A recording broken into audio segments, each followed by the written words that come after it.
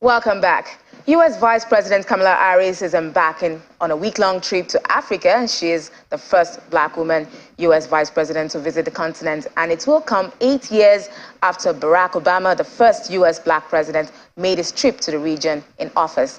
A trip is the latest by U.S. officials who plan on visiting or have visited Africa.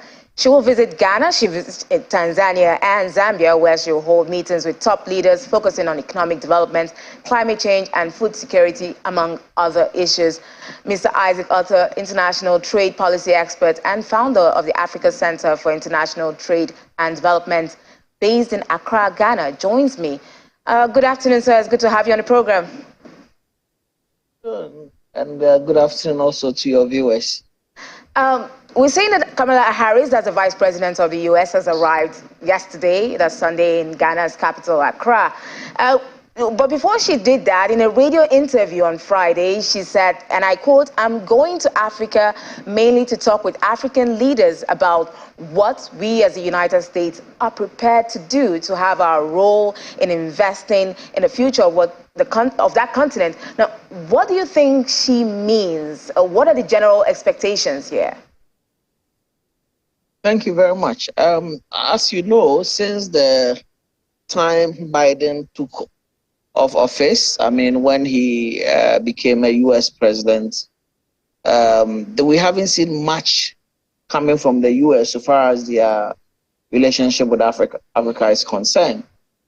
And it has kept a lot of people wondering, what is the U.S., preparing to do for Africa? What are their plans and all of that? So for us, this is a good news, because maybe we think there's going to be an opportunity for us to get to know in detail what some of these plans are. An example, looking at, there's the issue, I think somewhere last year we had President Joe Biden announcing a 10-year strategy to prevent conflict and also promote stability in West African countries. So we are hoping that the Vice President will throw more light on that 10-year strategic plan that they have for West Africa in terms of peace and security. And then also we are looking forward to hearing more about what their plans, what the U.S. plan in terms of investing in women and youth entrepreneurship is concerned. If they talk about the future of Africa, we all know the future of Africa is in the hands of our youth.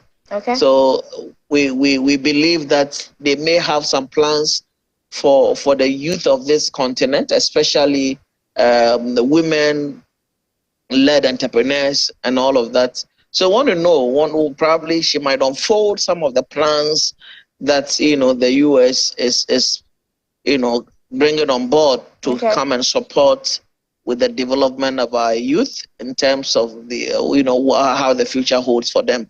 Okay. And then also, what are some of the investment opportunities they have for our young people in health?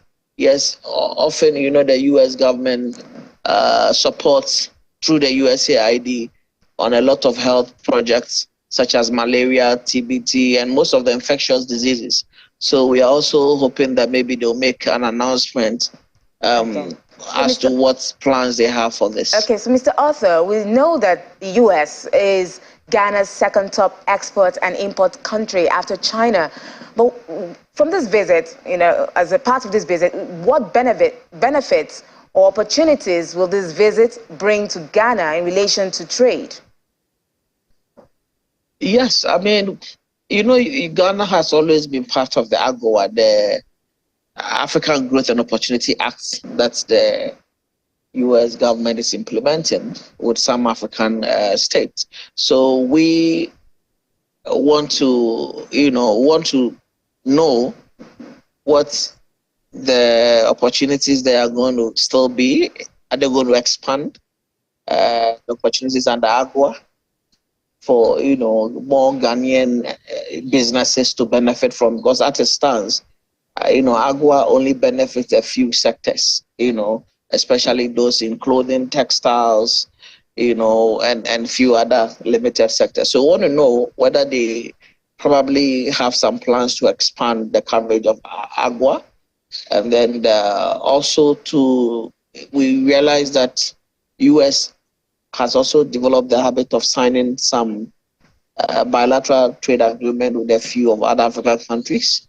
So if that is also going to happen, are we expecting any major bilateral agreement between Ghana and the US, so far as trade is concerned, so that we can have more preferential treatment when one want to export to the US, So it's also something that a lot of Ghanaian entrepreneurs are looking forward to, if there'll be any big announcement for an opportunity, related to either the AGWA or the preferential, arrangement that will benefit more entrepreneurs. So yes, we are looking for that.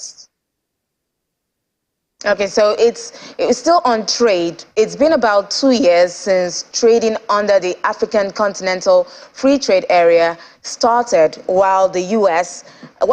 has provided support in form of workshops and programs. There appears to be no evidence of U.S. funding for activities specifically supporting the AFCFTA, the development, in terms of the development and the implementation. Should we begin to question the U.S. commitment to intra-African trade? Thank you very much. I think it's a very good question, because it's really an ongoing conversation. A lot of people are waiting to hear what the US has to do to support the African Continental Free Trade Area. We have had some of their rival regions or